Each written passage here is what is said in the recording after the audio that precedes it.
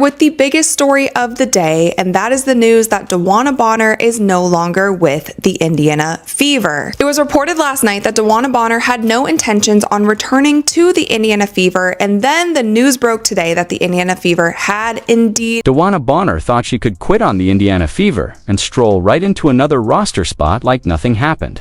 But reality just slammed into her like a freight train. Across the WNBA, teams are reportedly steering clear and willing to touch her after she abandoned her teammates mid-season. The message is loud and clear. Quitting on your team has consequences. Call it karma. Call it accountability. Either way, it's hitting hard. Do you think DeWanna Bonner deserves to be blacklisted after walking out on Caitlin Clark in the Fever? Because right now, we're witnessing one of the most satisfying cases of instant karma in WNBA history. She bet that other teams would be lining up to sign her. Instead, she's facing a cold, hard truth. Actions have consequences. And honestly, watching it unfold has been absolutely delicious. Statement. She said, "I want to sincerely thank the Indiana Fever for the opportunity to be part of the Fever franchise. Despite our shared goals and excitement heading into the season, I felt the fit did not work out, and I appreciate the organization's willingness to grant my request to move on, particularly at this point in my career. I wish the Fever great success as they continue to build around this dynamic group of young players." Here's what makes this whole situation even more embarrassing for DeWanna Bonner. She wasn't traded, she was waived by the Fever. That means any team in the WNBA could claim her off waivers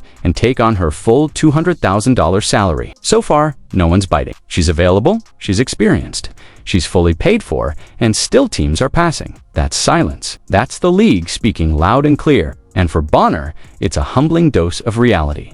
If another team claims her off the waivers, she gets her full salary.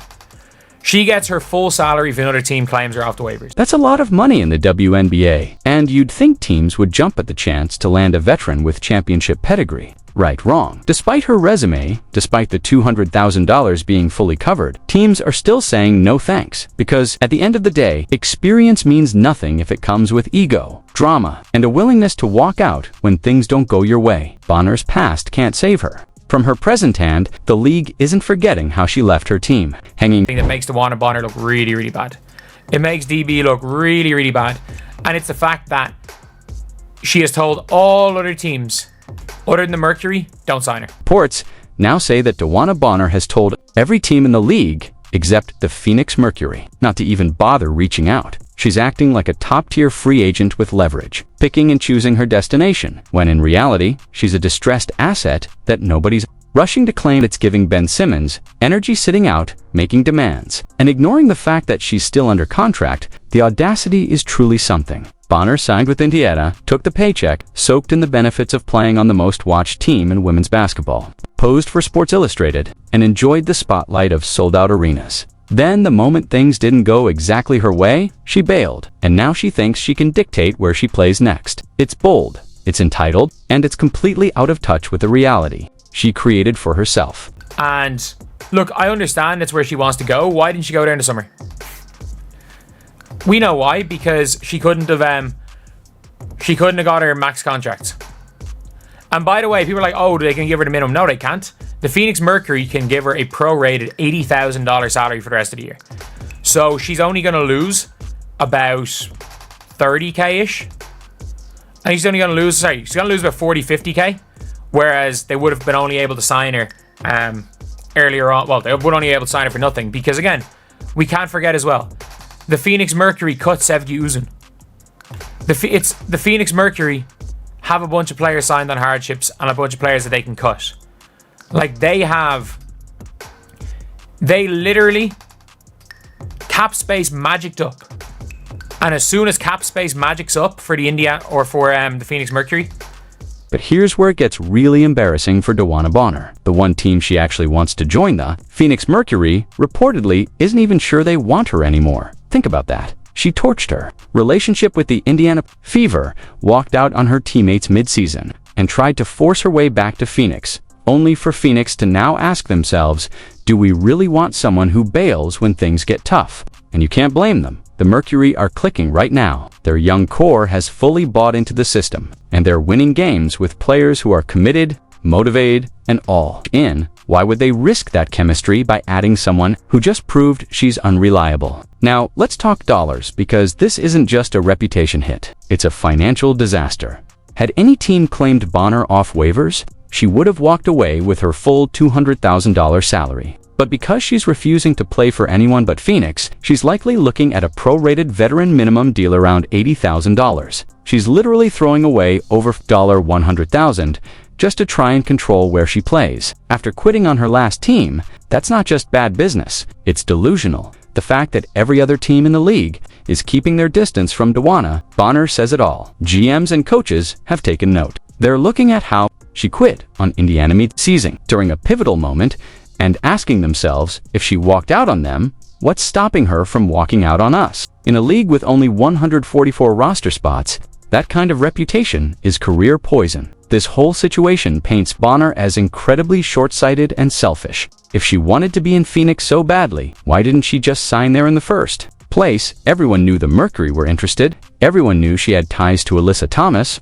Everyone knew Phoenix was her preferred landing spot, but she didn't go. She chose Indiana for the money, for the spotlight, for the chance to be part of the Caitlin Clark phenomenon. Now she's trying to have it both ways, take Indiana's paycheck and platform, then ditch them when things get uncomfortable. And the league is watching closely, because once a player shows, they'll quit when it's inconvenient. Trust is hard to earn back, trying to force her way to Phoenix only when it's convenient for her. That's not how professional sports work, and it's certainly not how you earn the trust of teammates or front offices. But the worst part isn't even how this affects Bonner, it's the impact it has on Caitlin Clark and the other young players on the Indiana Fever. These players looked up to Bonner. She was supposed to be the steady veteran voice, the one to help guide them through the pressures of playing for the most watched and most scrutinized team in the WNBA. Instead, she showed them that when things get tough, you quit. That's not leadership, that's abandonment. Clark, in particular, was excited to play alongside Bonner. You could see it during the preseason. Clark worked hard to build chemistry with her, trying to connect with someone she clearly respected. Now, for one of the first times in her career, Caitlin Clark is experiencing something painful. A player she looked up to made it clear she didn't want to play with her. That kind of message stings. And it may explain why Clark's looked a bit off on the court lately. The Jimmy Butler comparisons. Spot on. What Butler did in Philadelphia, forcing his way out, creating chaos, was widely seen as unprofessional and toxic for team culture. The difference: Butler was still a top-tier player when he did it. Bonner, on the other hand, is 36 years old, clearly declining, and acting like she has the leverage of a superstar. It's also eerily similar to Ben Simmons, another athlete who sat out, demanded a trade, and refused to acknowledge the damage he was doing to his team and reputation. But Bonner's case might be even worse, because she's not just hurting her own legacy, she's letting down the next generation of players who actually believed in her. And here's the kicker: DeWanna Bonner is still under contract. The difference between her and someone like Ben Simmons: Simmons was younger, with untapped potential and theoretical trade value. Bonner, on the other hand, is nearing the end of her career, and she just showed every front office in the league that she's willing to walk away the moment things don't go her way. And what makes it all even more ridiculous is this: her complaints about her role in Indiana seem completely overblown. She was a starter. She was getting real minutes. She was featured in the offense. Sure, the team was underperforming, but that's not an excuse to quit mid-season. That's when leaders dig and not disappear. And now, after bailing on her teammates, she's telling teams not to claim her off waivers. That's not strategy, that's entitlement. Bonner seems to think she can dictate terms to the entire league, choose her next destination, avoid any consequences, and still maintain control. But the consequences are here, and they're brutal. Teams are treating her like a liability, like a player with baggage, like someone you just can't trust right now.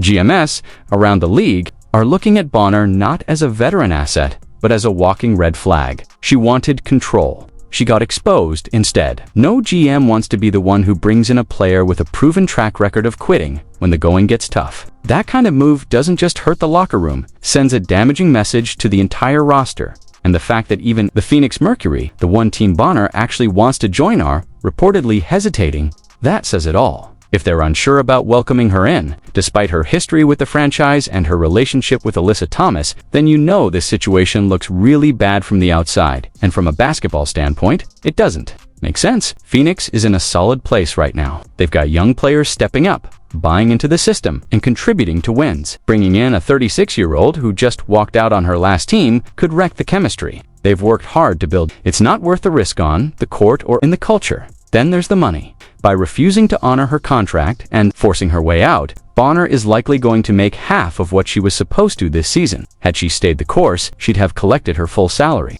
Now, after being waived and going unclaimed, she's probably looking at a prorated veteran minimum. That's a massive financial hit, and it was completely avoidable. And the timing? It couldn't have been worse. Her departure came just as Caitlin Clark was returning from injury, a moment when the team desperately needed leadership, experience, and stability. But instead of stepping up, Bonner chose to walk away, creating chaos when the Fever needed composure. And yet, much of the media remains oddly silent.